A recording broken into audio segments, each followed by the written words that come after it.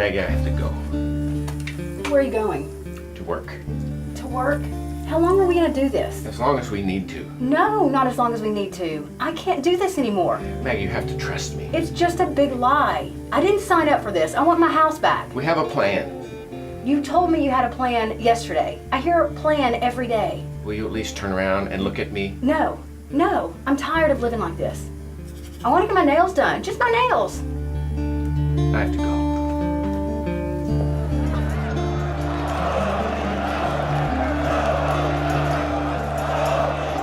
Good afternoon, ladies and gentlemen. Earlier today, the President was briefed by senior staff on the critical economic situation and the long-term effects of the government shutdown. It is important to note that even with the main branches of government completely shut down, the President and his closest aides are working around the clock in the Oval Office to remedy the financial crisis. The President will be making an address from the Oval Office this evening to reassure the American people that the current financial situation is not nearly as bad as it seems, and we are indeed on the road to financial recovery. I will now take your questions. I love what you've done with the place. Mr. President. Mr. President, everything is just about set up. Dreyfus will be here in just a few minutes to help with the wording of your address. Look, guys, I have really been thinking about this.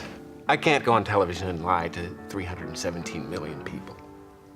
I mean, this whole idea is crazy. Did you know there's a crowd of protesters out there right now ready to crash the White House gates? Well, yeah, sir. That's why we're here. That's why we put this whole thing together. I can't lie to the American people, Kimberly. You're a politician, sir. He's got you there, sir. What they mean, Mr. President, is you cannot go on national television and tell the world that the government of the United States is insolvent. You know, you might be right, Bobby. But we have squeezed every red cent out of the budget that we can. And we're completely broke. It's time we give them the cold, hard truth. No, sir. You've got to give them hope. They've got to believe in something. And you think that going on television and telling them everything is fine and dandy is going to make them feel better? Don't you understand, sir? We're the only comfort they have. Comfort, Donald. The government is tapped out. We have no money. The White House is in foreclosure. And I'm living in a motel, for God's sake. But they don't know that. Yet. They don't know that yet. Where's Dreyfus? He should have been here by now. I don't like that guy. Just follow his lead, sir. He's creepy. Then follow his creepy lead, sir. Ladies and gentlemen, just a quick update on President Hollister's schedule. The President will address the nation at 8 p.m. Eastern from the Oval Office. At this hour, the President, his senior staff are meeting with top economic advisors, and they are putting together the finishing touches on a plan to restart government operations. I will brief you again at the conclusion of that meeting. And on top of all this, I cannot stay in this motel. Marjorie is gonna kill me. Mr. President. Albert. Albert, you're late. I'm sorry, Kimberly. I had to take the back roads. Who are you? This is my assistant, Ashley. Hey guys, I'm Ashley. Albert, is it bring a convict to work day? Ha ha ha, LOL. Has anything changed? Is there any good news at all around here? I'm afraid not. We're out of answers. We've tried everything. Excuse me, hun. Mr. President, are you sure you didn't miss something? We didn't miss anything. We even floated the idea of selling Arizona to Mexico, but they aren't buying. Why not? They wanted Texas. So we can't live without Texas.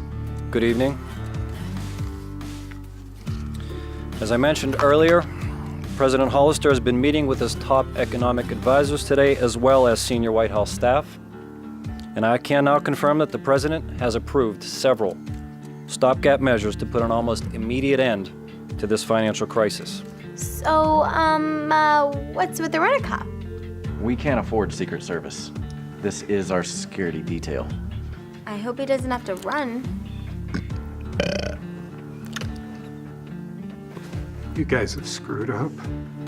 Oh, it gets worse. Oh, Dreyfus, your shoe's untied. Here, let me get that. What you doing down there, Tattoo?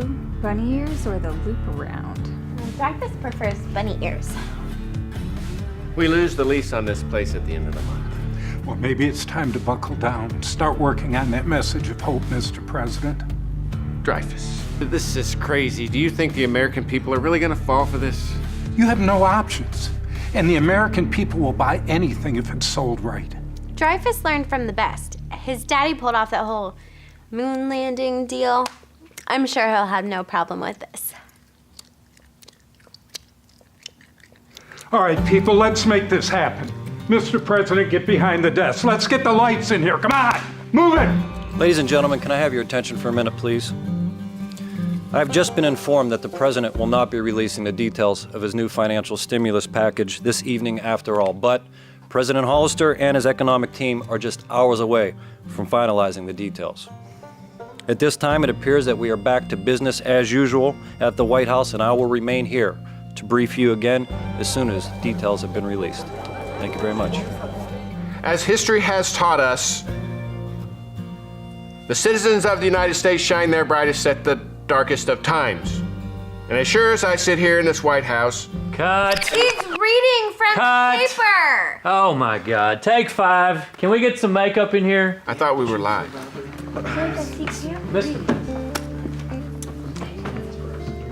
We're live if we tell them we're live.